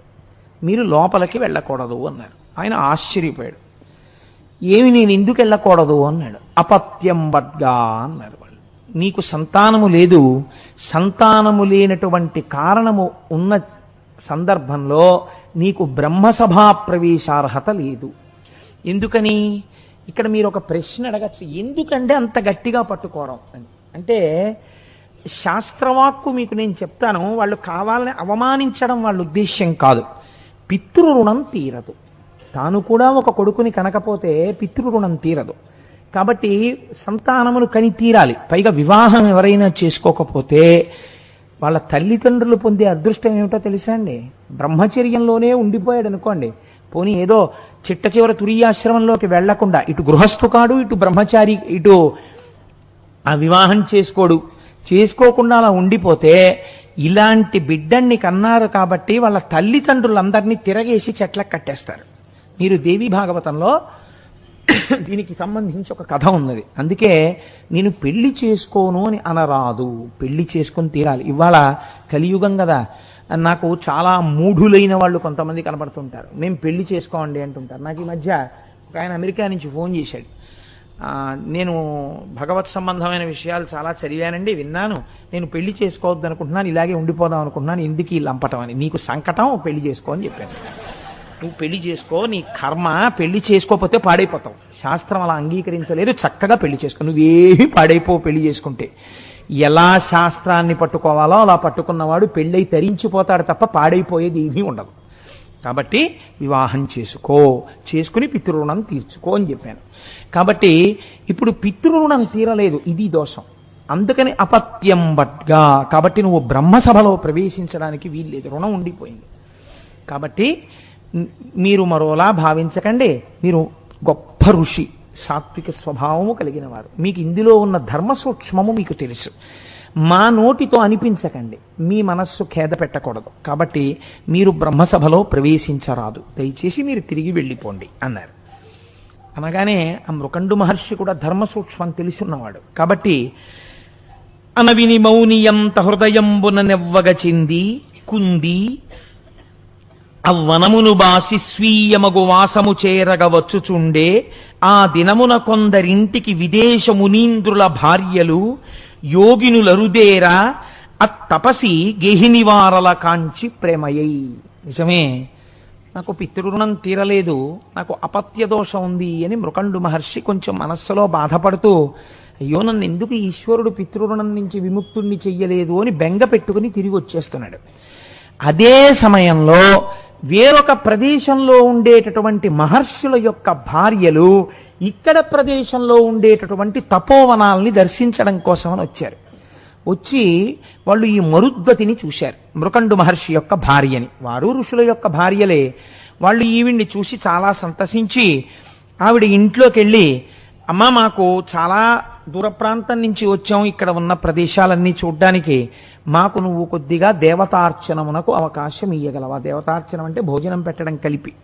కాబట్టి నువ్వు మాకు భోజనం పెట్టవలేను. అయ్యో, మీ వంటి అతిథులు వచ్చినప్పుడు భోజనం పెట్టడానికే కదా గృహస్థాశ్రమంలో ఉన్నది, కాబట్టి మీరందరూ తప్పకుండా రండి, నాకు ఎంతో సంతోషం అని వాళ్ళందరినీ పిలిచి పంచభక్ష పరమాన్నాలతో చక్కటి భోజనం తయారు చేసి వాళ్ళకి పీటలు వేసి లేత అరిటాకులేసి అరిటాకులు నీళ్లతో తుడిచి కూర్చోపెట్టి వాళ్ళందరికీ వడ్డన చేసి, అమ్మా మీకు పరిశేచనానికి నీళ్లు వడ్డిస్తాను, కాబట్టి మీరందరూ భోజనాన్ని స్వీకరించండి అంది. అంటే వాళ్ళన్నారు, వారలుగని నీ బిడ్డల చేరబిలువుము, ఇట శిశులు చేరిన మేమున్ వారల బోసేయుధమిట ధీరమతి అనినా ఆమె దిగులు కొని అని. అమ్మా అలా మేము ఒక్కళ్ళం భోజనం చేయమమ్మా, మేము తల్లులమే కదా, నీ బిడ్డల్ని పిలు, నీ బిడ్డలు కూడా ఇక్కడ కూర్చుంటే మేము నివేదన చేసుకుని మేము స్వీకరిస్తూ ప్రసాదమును వాళ్ళ చేతిలో కూడా ఉంచుతాం, ఆ పిల్లలతో కలిసి తినాలని మాకు కోరికగా ఉంది, నీ బిడ్డల్ని పిలమ్మా అన్నారు. అంటే ఆ మరుద్వతంది, నోములు నోచలేదు కొరనోముల దానను తల్లులారా, నన్నోముడి కిట్టులేనియును నోదనముల్ తగనరగించుడి, శ్రీ మహితుల్ దయానిధులు చల్వగు మీదు సమాగమంబికన్నామది వేట్ప తీర్పుడు ప్రణామములివ్యమునర్తు నర్మిలిన్. అమ్మా నేను తక్కువ నోములు నోచానమ్మా, నా నోములు ఫలించలేదు, నా కడుపు పండలేదమ్మా, నాకు బిడ్డలు లేరు, మీ వంటి తపస్వినులు ఇవాళ మా ఇంటికి వచ్చి అన్నం తిన్నటువంటి పుణ్యం చేత నా కడుపు పండుతుందనుకుంటున్నాను, కాబట్టి ఇంత కష్టపడి ఈ వంట చేశాను, మీరు స్వీకరించండి అని. అంటే వాళ్ళన్నారు, అనినా వారందరరసి రయమున పీట లవలికిన్ త్రోసి శిశులు లేనట్టి వారి అన్నములు మేము సాపడమంచు కదలిపోయిరి మరుద్దతియుకడు బొగులువగల. వాళ్ళు, అమ్మా ఏమనుకోకు, భర్త యొక్క పితృరుణం తీరడం కోసమే సంతానమును అపేక్షించి క్షేత్రముగా భార్యని స్వీకరించుచున్నాడు. మీ ఇద్దరూ కూడా మీరు ఎందుకు గృహస్థాశ్రమంలో ప్రవేశించారో తత్ఫలితాన్ని ఇప్పటికీ పొందలేకపోయారు.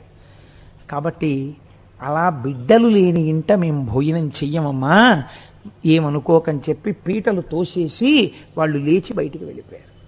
వెళ్ళిపోతే ఆవిడ ఎంతో బాధపడుతూ ఏడుస్తూ కూర్చుంది. అయ్యో చూశావా, నాకు బిడ్డలు లేని కారణం చేత నేను మహాత్ములకు అన్నం పెట్టే అదృష్టాన్ని కోల్పోయాను అని. ఆ బాధపడుతున్నటువంటి సమయంలో మృకండు మహర్షి కూడా మనస్సులో చాలా కుందుతూ, అయ్యో బ్రహ్మసభలో ప్రవేశించలేకపోయానే సంతానం లేక అని బాధపడుతూ ఆయన ఇంటికి వచ్చాడు. ఇంటికి వచ్చేటప్పటికి ఇంతటి మహాపతివ్రత అయినటువంటి భార్య ఏడుస్తూ కూర్చున్నది. ఆయన వెళ్ళి, ఎందుకు ఏడుస్తున్నావు నువ్వు అని అడిగాడు. మునిసతులు వచ్చి వంచించి చనిన విధమునంతయును పూసగృచ్చిన ఎట్లు తెలిపి తిరుగ వందురుచుండునా ధీరుడాత్మ పరిభవంబును తెలిపి కరిణి పలికే. వాళ్ళు ఆ ఋషికాంతలు రావడం, వాళ్ళకి అన్నం పెట్టడం, పిల్లలు లేని ఇంట మేము తినమమ్మా అని పీటలు తోసి వాళ్ళు వెళ్ళిపోవడం ఈవిడ చెప్తే ఆయన కన్నుల కూడా నీరు కారింది. అయ్యయ్యో మరుద్వతి, ఏకకారణమునకు ఇద్దరము అవమానములకు గురయ్యాం. అక్కడ నాకు బ్రహ్మసభాప్రవేశం జరగలేదు, ఇక్కడ నీకు ఋషిపత్నులకు ఆతిథ్యం ఇవ్వలేకపోయావు. గృహస్థాశ్రమమే పాడవుతోంది మన ఇద్దరిది బిడ్డలు లేక. కాబట్టి ఇప్పుడు వాళ్ళిద్దరు అన్నారు, అందుకేనండి మన శాస్త్రం ఏమంటుందంటే, సంతానము కలగకుండా ప్రతిబంధకముగా నిలబడినటువంటి దోషము పరిహరింపబడడం ఈశ్వర అనుగ్రహంగా ఉంటుంది. ప్రత్యేకించి సుబ్రహ్మణ్యుడి యొక్క అనుగ్రహం మీదనే వంశవృద్ధి ఆధారపడుతుంది అని శాస్త్రవాక్కు. అందుకే సుబ్రహ్మణ్యారాధన అంత గొప్పది. చాలా పెద్ద మనస్సుతో ఇవాళ పొద్దున్న మేము సుబ్రహ్మణ్యేశ్వర స్వామి వారి యొక్క ఉత్సవాలు ఏ విఘ్నం లేకుండా అందరికీ ప్రయోజనం కలిగేటట్టుగా జరగాలని విఘ్నేశ్వర పూజ చేసి ఇవాళ పొద్దున్న విఘ్నేశ్వరుడికి బియ్యం మీదు కట్టాం. స్వామి పూర్తయ్యాక నీకు ఉండ్రాళ్ళు పోస్తామయ్యా అని అంటే మా గోపాలకృష్ణ గారు అన్నారు, కడుపు పండని వాళ్ళు ఎంత బాధపడతారో మనకి తెలుసు కదా కోటేశ్వరరావు గారు, వాళ్ళ కోసం పైన షామియానా వేయించి ఆర్జితం వాళ్ళందరూ అక్కడ కూర్చుని చేస్తుంటే ఆలయంలో అయ్యప్ప స్వామి వారి ప్రధాన అర్చకుడైనటువంటి బ్రహ్మచారి అయిన ఆయన పేరు సుబ్రహ్మణ్య స్వరూపానికి సంబంధించినటువంటి పేరే అయింది కార్తీక్. ఆ కార్తీక్ స్వామి ఆయన సుబ్రహ్మణ్యేశ్వర స్వామి వారికి అభిషేకం చేస్తారండి. కడుపు పండని తల్లులందరినీ ఆ అభిషేకం చూడ్డానికి షామియానా వేసి కూర్చోపెడదాం. వచ్చే సంవత్సరం వాళ్ళు పిల్లలతో కలిసి కావిళ్ళెత్తాలని కోరుకుందాం కోటేశ్వరారు. అందుకు కదా మా దేవాలయం, అందుకు కదా మనం చేసే ఉత్సవం అన్నారు. నాకు దొరగారికి ఎంతో సంతోషం వేసి తప్పకుండా చేద్దాం గోపాలకృష్ణ గారు అన్నాం. కాబట్టి ఈశ్వరానుగ్రహం, ఆ బాధ, ఆయన పూజ తద్దోషమును పరిహరిస్తుంది. కాబట్టి ఇప్పుడు ఆయన అన్నాడు, సరే నువ్వు సంతానము కొరకే ఏడుస్తున్నావు, ఇవాళ సంతానం లేకపోయిన కారణం చేత మనం కొన్ని పుణ్యకార్యములు చెయ్యలేకపోయామని ఏడుస్తున్నారు తప్ప ఏదో సంతానం కలగలేదని వాళ్ళు ఏడవలేదు. సంతానం కలగకపోవడం మేము కొన్ని మంచి పనులు చెయ్యడానికి అడ్డొస్తోందని ఏడ్చారు. ఆయన అన్నాడు, వనరకుమింక దేవి భగవానుడు రజకిరీటుడున్నవాడు అనితరతుల్యుడాతడు దయాళుడు భక్తవర ప్రదాత అఘనుని గురించి నే తపము కాటముగానొనరించి మంచి పుత్రుని బడయంగజాలదు సరోజముఖి ముదమందునాత్మలో అన్నాడు. ఎందుకంత బెంగ పెట్టుకుంటావు? బెంగ పెట్టుకోకు. ఏడవడం ఎందుకు? వనరకుమింక దేవి, నువ్వు అలా బాధపడకు. భగవానుడు రజకిరీటుడున్నవాడు, ఇది ఉండవలసిన పూనిక. ఉన్నాడు ఈశ్వరుడు, వాడు రజకిరీటుడు. అనితరతుల్యుడాతడు దయాళుడు భక్తవర ప్రదాత. అనితరతుల్యుడు, ఆయన ఇంతవాడంతవాడిని చెప్పడం కుదరదు. ఇంత శక్తివంతుడై కారుణ్యామృత వర్షం కురిపించగలిగినటువంటి వాడు.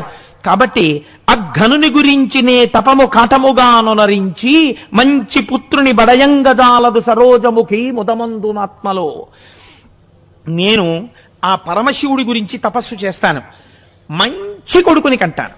మామూలుగా అయితే కొడుకు పుడతాడు, కానీ వాడు పేరే తెస్తాడో పాడే తెస్తాడో ఈశ్వరుడికి తెలియాలి. నీకు ఆ బెంగ లేదు. నేను మంచి కొడుకుని కంటాం మనం, నువ్వు బెంగ పెట్టుకోకు, నేను తపస్సుకు పెడుతున్నాను అన్నాడు. అని ఆయన తపస్సు చేసుకోవడం కోసమని బయలుదేరి ఒక మారేడు వనమునందు శివలింగమును ప్రతిష్ఠించి ఆ శివలింగాన్ని రోజు అర్చన చేస్తూ తపస్సు చేస్తున్నాడు. కడగి ఫలమూల దళముల క్రమముగను విసర్జనము చేసి మారుతాశనమెగొనుచు రేయు బవలను ఏకాగ్ర రీతి శంభుదారణనొక కంటద విలియ తండుదనరే. ఆయన రోజు రోజుకి భోజనాన్ని పరిత్యజిస్తూ కొన్నాళ్లు నీళ్లు తాగుతూ కొన్నాళ్లు ఆకులు తింటూ కొన్నాళ్లు గాలి మాత్రమే పీలుస్తూ ఘోరమైనటువంటి తపస్సు చేస్తున్నాడు. సతి గుణవతి అయిన మరుద్దతి తన పెనిమిటి నరయుచు తాను ఉమా సంయుతిని పశుపతిని మానక సతతము ముదిత గొలుచుచునుండే సముచిత భక్తిన్. ఆవిడేం చేస్తోంది? తపస్సు చేస్తున్నటువంటి భర్త గారికి కావలసినవన్నీ అందిస్తూ తపస్సు చేసుకుంటున్న భర్త గారి యొక్క క్షేమమును విచారణ చేస్తూ తాను కూడా ఖాళీ సమయంలో పరమేశ్వరారాధనమును చేస్తోంది. ఆ పశుపతిని ఆరాధన చేస్తోంది. ఇలా ఆరాధన చేస్తున్నారు. ఇద్దరు దంపతుల యొక్క పూనిక ఏమిటంటే ఆ ఈశ్వరానుగ్రహము చేత మనకి బిడ్డలు కలిగి తీరుతారు. వీళ్ళిద్దరిక్కడ తపస్సు చేస్తూనే ఉన్నారు. శంకరుడు ప్రత్యక్షం అవ్వలేదు. నారద మహర్షి కైలాసానికి వెళ్ళారు. వెళ్ళి కైలాసంలో శంకరుణ్ణి చూసి కనికరమారయన్ వలదే గదిలి భక్తుల సకరాదే నీ మనము దయామయం బిటుల మాన్పడనేలకో తండ్రి ఇంకనైనను మునియుగ్మమున్ తలపు నమ్మికతో నిన్ను కొల్చుచున్న వారి నిశము లెమ్ము రమ్ము రయమాదటగావగవారలన్ విభూ. తండ్రి, నిన్ను నమ్మి ఆ దంపతులు ఇద్దరు అంత తపస్సు చేస్తున్నారయ్యా. ఇలా పిలిస్తే పలికేవాడివి, కొంగు బంగారం అని పేరే. అంత తపస్సు చేసేంత వరకు ఎందుకయ్యా ఇలా భీష్మించు కూర్చున్నావు? ఏమిటయ్యా వాళ్ళు చేసిన పాపం? నీ పేరుకే ఇవాళ అపకీర్తి వస్తోంది. ఇలా పిలిస్తే పలికేవాడని నీకు పేరు. తల్లిదండ్రులు లోకమునకు జగత పితరవ్ వందే పార్వతీ పరమేశ్వరవ్ అని పేరు. నీ దయ ఏమైపోయిందయ్యా? వాళ్ళంతా పరితపించాలా? వాళ్ళు ఏమడిగారయ్యా? నిన్ను కొడుకుని అడిగారు, ఆ మాత్రం నువ్వు ఇవ్వలేవా? రా బయలుదేరి అన్నాడు. అనేటప్పటికీ వెంటనే ముందుట కదిలినది ఎవరో తెలుసా అండి? ఆయన్ని శివుణ్ణి చెయ్యాలి. అమ్మ అనుగ్రహం కదలాలి ముందు. అమ్మవారందిట ఒక్కసారి ఇలా చూసి అనిన త్రిలోకమాత తన యాత్మపు పుల్ల వడంగ ఇట్లనెను వినుముని నే ప్రతిక్షణము వేడుచునుంటిని మహాత్ము అందనుడు జనించునట్లు వరదానము వారికి చేయుమంచు జాగులు ఒనరించుచుండే మది గొంకుచునుంటిని నేను ఇట్టులను. అయ్యయ్యో నారదా, నేను రోజు ఈ మహాత్ముడికి చెప్తూనే ఉన్నా. ఇది ఒక చిత్రమైన మాట అండి. ఆ సాధారణంగా భార్య అంత పెద్ద మాట వేసేసి గౌరవించేసిందంటే హఠాత్తుగా ఆయన ఏదో పొరపాటు చేశారని గుర్తు. అదేంటి, ఇంట్లో గుమ్మడికాయ కుళ్ళిపోతుంది, కాసిన సీమ పచ్చిమిరపకాయలు పట్టరండి, ఏదో ఆ పండు మిరపళ్ళు పట్టరండి, ఒడియాలు పెడతానని చెప్పి ఇప్పటికి వారం రోజులు ఆ దిక్కుమాలిన గుమ్మడికాయ కుళ్ళిపోయేటట్టే ఉంది. మహాత్మా ఇవాళైనా తీసుకొస్తారా పండు మిరపకాయలు అందనుకోండి భార్య. పండు మిరపకాయలు తేవడానికి మహాత్మా అని పిలవక్కర్లేదు. వారం రోజులు చెప్పినా తానివాడా అని అన్యాపదేశం. కాబట్టి ఎంత సహజంగా పడిందో చూడండి అందులో. కాబట్టి ఆవిడంది, ఈ మహాత్ము నేను ప్రతిరోజు చెప్తున్నాను మహాత్మా వెడదాం రండి అని. లేస్తేగా రండి ఇప్పటికైనా వెడదాం, వెళ్ళి వాళ్ళకి పిల్లల్ని ఇద్దాం అంది.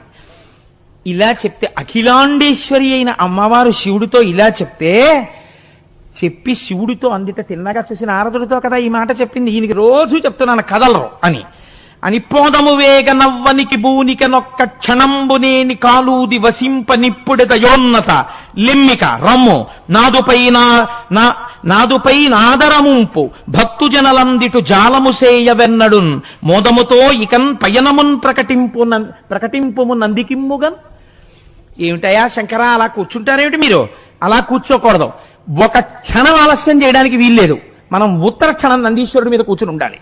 మనం వెళ్ళిపోయి వాళ్ళ కన్నుల పండుగగా ఆ మారేడు వనంలో దిగాలి. చూసి పొంగిపోవాలి. మృకండు మహర్షి ఏం కావాలి అని అడుగుతారు. మీరు అడగగానే పుత్ర సంతానం అడుగుతాడు, ఇచ్చేసేయండి. ఇంకా మళ్ళీ ఏం మీనమేషాలు లెక్కెట్టకండి, పదండి అంది. అనేటప్పటికీ పరమశివుట్ట చూసేట.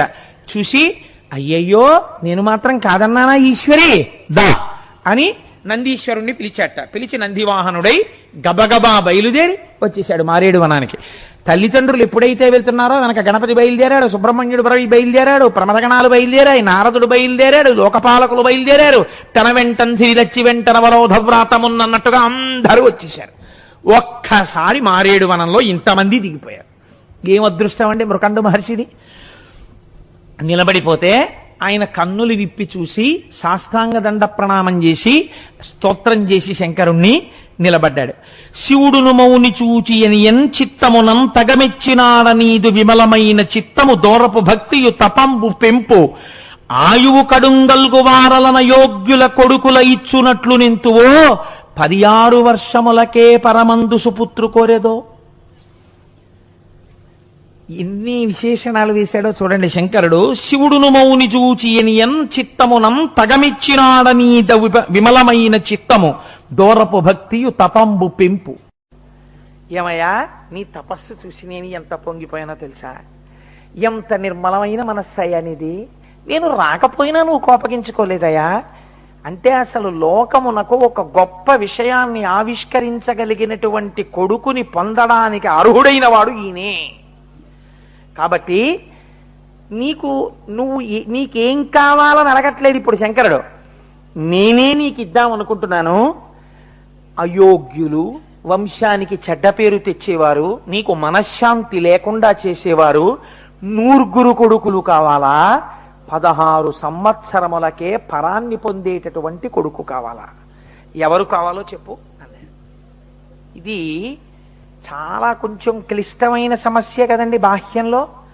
కాబట్టి ఆయన అని అడుగినా విని మౌనియు మనమున సంకోచమంది మరిగి తరిగి అంతనే సర్వము శివవశమని అనగుని 16 సమల అర్భకు కోరెన్. ఇప్పుడు మీరు పరమశివుడు పెట్టిన పరీక్ష గమనించాలి. దేని కొరకు కొడుకుని అడుగుతున్నాడు? ఒక కొడుకు కావాలని తపస్సు చేశాడా? ఒక సరి అయిన కొడుకు లేకపోవడం వల్ల గృహస్థాశ్రమంలో చెయ్యవలసిన విధులు చెయ్యలేకపోతున్నానని తపస్సు చేశాడా? మంచి పుత్రుని బడయంగజాలుదు ముదమందు సరోజముఖి ఆత్మలో అంటూ కదా బయలుదేరాడు. అయినప్పుడు ఇప్పుడు మంచి కొడుకంటే ఏమిటి దాని అర్థం? 100 ఏళ్ళు వాళ్ళు ఏం పనులు చేస్తే లేదురో మా కళ్ళ ముందు తిరిగే వాళ్ళు అయితే చాలన్నవాడు మంచి కొడుక మృకండుడి దృష్టిలో? 16 వర్షములకే పరమందు సుపుత్రు కోరేదో. ఇదే సుపుత్రుడు. ఎవరిని అడుగుతాడు? ఈయన ఏ స్థాయిలో సమాధానం ఇస్తాడు చూశాడు. శంకరుడే కదండి. ఎంత గొప్ప పరీక్ష అండి. ఆయన కూడా మనస్సులో ఆలోచించాట. ఒక్క దుష్టుడైన కొడుకు పుట్టి చేయరాని పనులు చేశాడనుకోండి, పైన ఉన్న వాళ్ళు కూడా కింద పడిపోతారు అధోలోకాల్లోకి. కాబట్టి ఒక మంచి కొడుకునే అడుగుదాం. నేను ఎందుకు కోరుకున్నాను? పితృరుణం నుంచి విముక్తున్నవడానికి. మళ్ళీ వాళ్ళను కూడా పడగొట్టే కొడుకు నాకెందుకు? ఆ పైన 16 వర్షములకే పరమందు సుపుత్రు కోరదో అన్నవాడెవడున్నాడో వాడు తలుచుకుంటే ఎందుకు మళ్ళీ మార్చి ఏదైనా చెయ్యలేడు? ఇది ఇచ్చినవాడు అది ఇవ్వడా తర్వాతని ఏమిటి నమ్మకం? వాణ్ణి నమ్మి యోగ్యతని కోరుతాను తప్ప వాణ్ణి వదిలి నా ప్రజ్ఞతో ఆలోచించి 100 ఏళ్ళు ఉండే తప్పుడు కొడుకుల్ని నేను అడగను అనుకున్నట్ట. ఇప్పుడు పూనిక మళ్ళీ ఎవరి మీదకే వెళ్ళింది?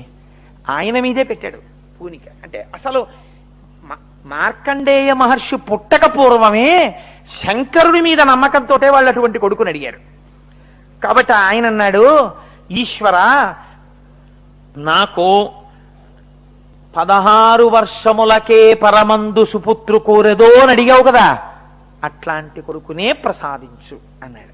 కానీ ఈ మాటలు అడిగిన తరువాత మరుద్వతి మాత్రం కొంచెం చిన్నబుచ్చుకుందట. ఎందుచేత?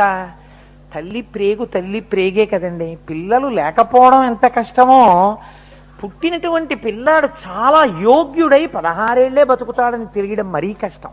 ఎందుకని? ఇప్పుడు పుత్రశోకాన్ని భరించవలసి వస్తుంది తర్వాత. కాబట్టి ఇప్పుడు అది తలుచుకోగానే ఆవిడ చాలా బెంగ పెట్టుకుందిట. బెంగ పెట్టుకున్నట్టుగా చూసిందిట. ఏమిటండి పరీక్ష అన్నట్టు. అంటే మృకండు అన్నట్ట భార్యతో, ఎప్పటి మేలప్పుడే శివుడి ఎప్పుడును కలడు మనకు ఇందుముఖి నీవప్పటి మాట తలంపకు ముప్పడును తోడుపడెడు అఖిలేశుడుగిన్. నువ్వు దేనికి బాధపడుతున్నావు? ఈ పిల్లాడికి 16 ఏళ్ళు వచ్చినప్పుడు జరగబోయే విషయం ఏదో ఉందని కదా నువ్వు బెంగెట్టుకుంటున్నావు. ఈశ్వరుడు ఎప్పుడూ ఉండేవాడా కాడా? ఈ పిల్లాడికి 16 ఏళ్ళు వస్తాయేమో కానీ వీడి వృద్ధిని వాడు చూస్తున్నాడు. వీడి కోసం మనం ఏడిచేట్టు వాడు చేస్తాడని నువ్వు అనుకుంటున్నావా? అప్పటికి ఎలా సాయపడాలో అప్పటికి అలా వాడు సాయపడతాడు. నీకెందుకు బెంగ? సాయపడేవాడు వాడుండగా ఎవడు నీకు బిడ్డల్నిచ్చాడో వాడే నీకు మళ్ళీ పుత్ర సంతానానికి ఆయుర్దాయం కూడా ఇస్తాడు. అంతేకాని ఇచ్చేవాడు లేడన్నప్పుడు ఏడవాలి. ఇచ్చేవాడు ఉన్నాడని లోకంలో నీకు పూనిక ఉన్న తర్వాత నువ్వు ఎందుకు ఏడుస్తావు? ఏడవకు. అప్పుడు ఆ కష్టం వచ్చే వేళకి మళ్ళీ వీడే వచ్చి రక్షిస్తాడు. సరేనా? బెంగెట్టుకోకరా అన్నాడు. అబ్బో ఈ మాట ఏదో చాలా బాగుందండో. ఇదండి పూనికంటే, ఇది భక్తి అంటే. చూసారా? ఇది గుండెలలో ఉన్నప్పుడు రక్షింపబడి తీరుతారంతే. కాబట్టి ఇప్పుడు ఏమైంది? ఇద్దరు ఇంటికి వెళ్ళిపోయారు, ఎంతో సంతోషంగా ఉన్నారు. భార్యతో ఒక మాట అన్నాడు, పలువురు కుమారకులు కుల పాంసనులు జనించి దీర్ఘాయువు నొందిన మంచిదగునే, కులము సత్పుత్రుడొక్కడు కలిగనేని ఎల నభబంట్లు సన్నుతి నెగడు జగతి. చూడు, మనకి 9 పుత్రులు పనికి మాలిన వాళ్ళు పుట్టే కన్నా ఆకాశమంతెత్తు ఎదిగిపోయేటట్టుగా మనని కాపాడగలిగిన వాడు, పేరు తేగలిగినటువంటి వాడు ఒక్క కొడుకు పుట్టినా చాలు. కాబట్టి నువ్వు బెంగ పెట్టుకోకు అని చెప్పి ఇద్దరు సంతోషంగా ఇంటికి వెళ్ళిపోయారు. వెళ్ళిపోయిన తర్వాత వాళ్ళకి ఒక మంచి శుభ నక్షత్రంలో ఒక బిడ్డడు జన్మించాడు. పిన్నిధిని బడసిన ఎట్టి పేదలట్లు ఆ మృకండును తత్సతి అనవరతము ముద్దు కొమరిని గాంచుచు హద్దులేని అరుసమున ఓలలాడిరి అన్ని మరచి. కొన్నాళ్ళకి వాళ్ళకొక చిన్న బిడ్డడు పుట్టాడు. వాడు పెద్దవాడు అవుతున్నాడు, పాకుతున్నాడు, బుడిబిడి అడుగులు వేస్తున్నాడు, అమ్మా అంటున్నాడు, నాన్న అంటున్నాడు. వాళ్ళిద్దరూ పొంగిపోయారు. పిన్నిధిని బడసిన పేదలట్లు. బాగా పేదవాడికి 1 కోటి రూపాయల లాటరీ తగిలితే ఇంకా జీవితాంతం ఎంత సంతోషిస్తాడో వాళ్ళు అలా సంతోషిస్తున్నారు. ఆ మృకండు తత్సతి అనవరతము ముద్దు కొమరిని కాంచుచు హద్దులేని అరుసమున ఓలలాడుచురు అన్ని విడచి ఆనందరసంలో మునిగిపోతున్నారు. ఆ మృకండు మహర్షి ఆయన భార్య ఆ పిల్లవాడిని చూస్తూ పరవశించిపోతున్నారు. ఇలా జరుగుతూ ఉండగా ఈ పిల్లవాడు రోజు రోజుకి దినదిన ప్రవర్ధమానం అవుతున్నాడు. ఆ పిల్లవాడికి యోగ్యమైనటువంటి వయస్సులో ఉపనయనం చేశారు, గురుకులానికి పంపించారు. వాడు చక్కగా వేదాల్ని, ఉపనిషత్తుల్ని అన్నింటినీ చాలా తక్కువ సమయంలో నేర్చేసుకున్నాడు. వాడు ఎంత అనుష్ఠాన బలం ఉన్నవాడు. ఇది ఉమానుగ్రహమును పొందుట, అఖిలాండేశ్వరి అనుగ్రహాన్ని పొందాడు. అనుష్ఠాన పర్యంతములోకి వచ్చింది ఆ పిల్లవాడికి. పెద్దవాడైన తర్వాత వచ్చిన భక్తి గొప్పది కాదండి. చిన్న పిల్లవాడిగా ఉండగా మార్కండేయుడి యొక్క జీవితాన్ని మీరు అవధరించండి. నడువగా వచ్చిన నాటి నుండి శివదేవళంబులకెగుదించు, పలుకగా వచ్చినప్పటి నుండి నమశివాయన్సే ప్రొద్దు పలుకుచుండు, చదువుగా వచ్చిన సమయంబునందుండి శైవ ప్రబంధంబుల పఠన చేయు, వ్రాయగా వచ్చిన వరుసనే శివకోటి మించిన వేట్క లిఖించుచుండు, బూది సర్వాంగములనిపుడు పూయుచుండు, తవిలి రుద్రాక్షలను మెడదాల్చుచుండు, పార్థివేశార్చ ఏ రోజు బాయకుండు, భూషణంబై తనరు అమ్మునిసుతుండు. ఆ పిల్లవాడు రోజు రోజు ఎలా పెరుగుతున్నాడు? నడువగా వచ్చిన నాటి నుండి శివదేవళంబులకెగుచుండు. ఆ పిల్లవాడికి నడవడం వచ్చినప్పటి నుంచి వాడికి సంతోషం ఏమిటంటే, ఒక్కరోజు నాన్నగారు తీసుకెళ్లారు.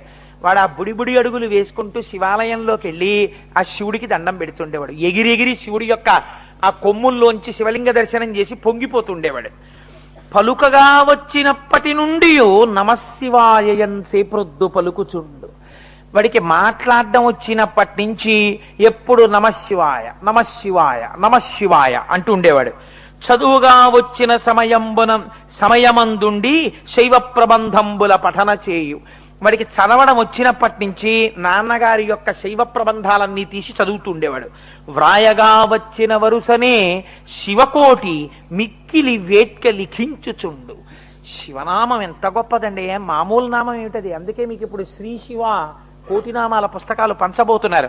మీరు రాసిన ఆ కోటినామాలన్నింటినీ ఇక్కడ స్తూపంగా కట్టబోతున్నారు.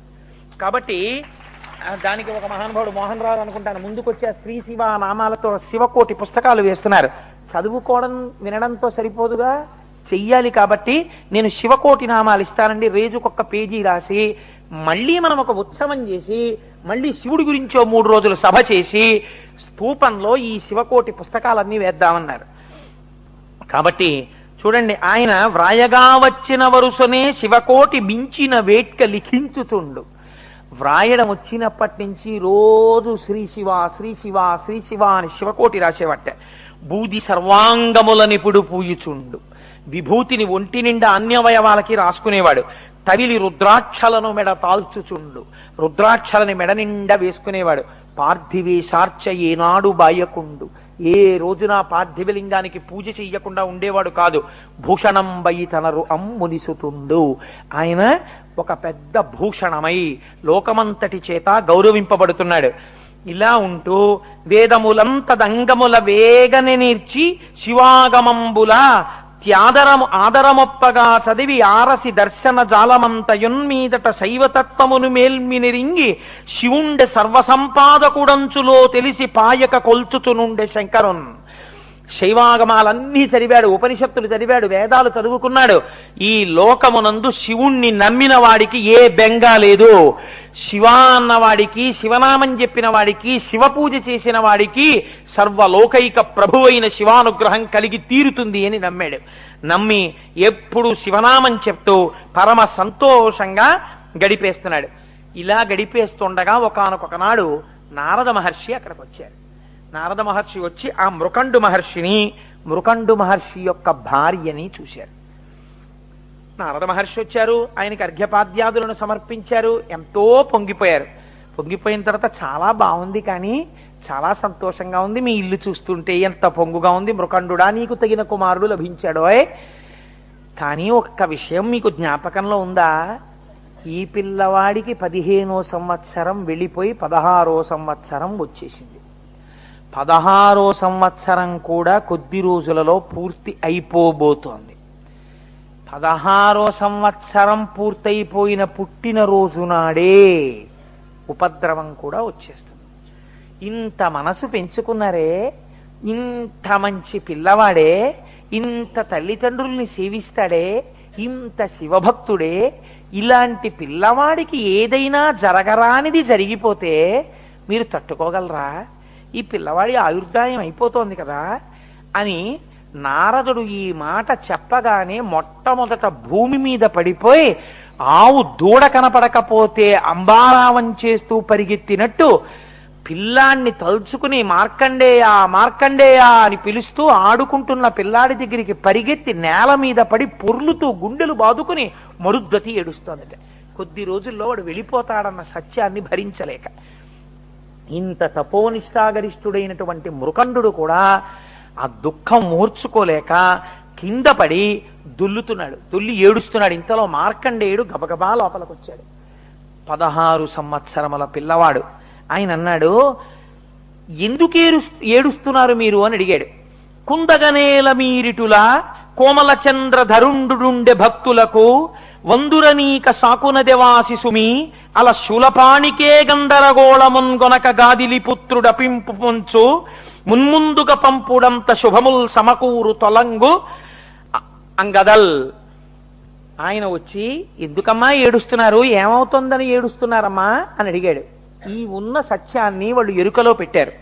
ఆ పిల్లవాడి ముఖంలో మాత్రం ఏ విచారం లేకుండా అలా నిలబడి ఉన్నాడు నవ్వుతూ. ఇప్పుడు నారదుడు అన్నాడు, వాడి భక్తి, వాడి విశ్వాసం, వాడి ధృతి, వాడి ధైర్యం చూశారా? మీరు ఏ తపస్సు చేస్తే వాడు పుట్టాడో ఇప్పుడు వాడే తపించగలిగిన శక్తితో ఉన్నాడు. వాడే శివుడున్నాడు, రక్షించి తీరుతాడన్న పూనికతో ఉన్నాడు. కాబట్టి మీరు శివార్చనని పెంచండి, మీరు శివానుగ్రహానికి తపస్సు మొదలు పెట్టండి. మొట్టమొదట వీణ్ణి హిమాలయ పర్వత ప్రాంతాలకి పంపించి వీణ్ణి అక్కడ కూర్చోపెట్టి తపస్సు చేయమని చెప్పండి. ఏ శంకరుడు వీణ్ణిచ్చాడో ఆ శంకరుడే వాడిని రక్షిస్తాడో రక్షించాడో తెలిసిపోతుంది. ఇప్పుడు ఈ బరువు మీ మీద పెట్టుకోకండి, వాడి మీద పెట్టండి. ఆ గందరగోళం వాడే చూసుకుంటాడు. ఆయన మీద పెట్టండి, పిల్లాన్ని పంపండి అన్నాడు. ఇప్పుడు ఎవరికి వచ్చిందండి పరీక్ష? భక్తుడికి రాలేదు, భగవంతుడికి వచ్చింది. అయితే ఈ పిల్లవాడు తట్టుకోగలడా? అంతటి ధృతితో వెళ్ళి తపస్సు చెయ్యగలడా అంటే ఆయన అన్నాడు, ఏటికి తల్లి తండ్రి ఇటు లేడుచుచునుంటిరి తద్దిదంబు నాకేటికి చెప్పరైతి ఇక నేను చెప్పుడనుగ్రహించి చెట్పాతదియేయో దానిని దృఢంబుగా బాపి సుఖంబు కూర్తూ ఆరాటము బాయుడి మనకు రాజకిరీటి కలండు తోడుగన్. అసలు ఈ విషయం నాకు ఎందుకు చెప్పలేదు నాన్నగారండి? దీన్ని దాచిపెట్టి మీరు ఇన్నాళ్ళ నుంచి గుండెల్లో కుంపట ఎందుకు పెట్టుకున్నారు? ఏమిటి నాన్నగారు భలేవారు, రాజకిరీటి మనకి పరమశివుడు ఉన్నాడండి. నన్ను చంపడమే తరమే యమధర్మరాజుకి నా ప్రాణాలు తీయడం. ఆయన ఉండగా నాకేమిటి బెంగ నాన్నగారు? మీరు అనుమతించండి, మీ పాదాలకి నమస్కరిస్తున్నాను.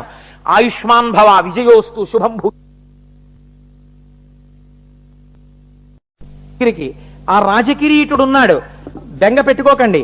ఇదిగో నేను ఇప్పుడే బయలుదేరి వెడుతున్నాను, మీరు నాకు దీర్ఘాయుష్మంతుడనవాలని ఆశీర్వచనం చెయ్యండి అని చెప్పి ఆయన బయలుదేరి వెళ్ళడానికి ఇంతకి గొప్ప చేసి ఇటులెంతయును విలపింప చెల్లునే అంతయు చక్కనయ్య విడనాడు దైన్యము మన్యువేగమున్ శ్రాంతిని చెందుడిపుడే అల శంకరు గూర్చి తపింపపోయదన్ చింతల తీర్చి ఘనుడు సిద్ధి నొసంగు సౌఖ్యముల్.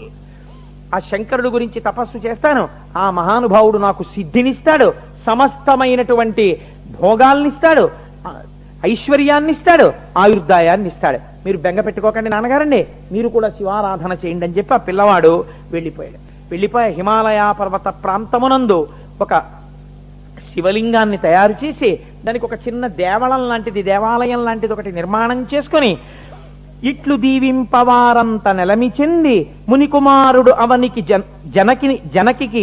జననికి జనకునకును మృక్కులనొనర్చి శుభలగ్నమున ప్రయాణమును ఒనర్చి హిమాచలంబునకు చనియే. ఆ హిమాలయ పర్వతాల దగ్గరికి వెళ్ళి దేవాలయం కట్టుకుని అక్కడ కూర్చుని ఆయన తపస్సు మొదలుపెట్టాడు. అద్భుతమైనటువంటి తపస్సు చేస్తూ 3 వేళలా శివలింగాన్ని ఆరాధన చేస్తూ శతరిద్రియాన్ని పారాయణ చేస్తూ ఎప్పుడూ శివలింగాన్నే నమ్మి ఆయన శంకరుడే ఇప్పుడు ఈ లింగ రూపమునందున్నాడు అని ఆ ఆరాధన చేస్తుండగా ఆయన ప్రాణములను ఉగ్గడించవలసినటువంటి సమయం ఆసన్నమైపోయింది. అక్కడ యమలోకంలో యమధర్మరాజు గారు దూతల్ని పిలిచారు.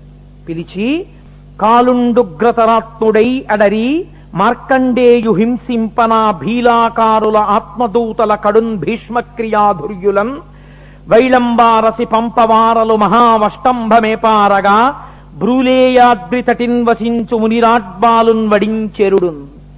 దూతల్ని పిలిచి ఆ పిల్లవాడికి ఆయుర్దాయం అయిపోతోంది, మీరు వెంటనే పాశములు పట్టుకుని ఆ ప్రాంతాన్ని చేరండి, చేరి మార్కండేయుడి యొక్క ఆయుర్దాయాన్ని ఆ పాశముల చేత తీసి పట్టుకుని మళ్ళీ ఈ లోకాన్ని చేరండి అన్నాడు. ఆ దూతలు అక్కడికి వెళ్ళారు. ప్రాణోత్క్రమణము కావలసిన సమయం ఆసన్నమైంది. వాళ్ళు చిన్న దేవాలయం లాంటిది ఒకటి నిర్మాణం చేసుకుని అందులో కదండి ఒక ఏదో ఆకులతో కట్టుకున్నాడు ఆయన. లోపల శివలింగం దగ్గర కూర్చుని తదేక ధ్యానంతో శివారాధనం చేస్తున్నాడు. ఈ శివారాధనం చేస్తున్నటువంటి సమయంలో ఈ వచ్చినటువంటి యమదూతలు ఆయన మీద పాశం వెయ్యడం కోసమని ఒక్కసారి తొంగి లోపలికి చూశారు ఎక్కడున్నాడు అని. చూసి యముని దూతలు కాంచి సంయమి కుమారుడించుక చెలింపకాత్మ మహేశునందె తిరముగా నుంచి పూజ నంబురువు మీర సల్పుచుండగా వారలా చందమెరిగి లోపలికి చూసేటప్పటికీ అసలు ఏ విధమైనటువంటి కదలిక లేకుండా అలా పరమశివుడి మీద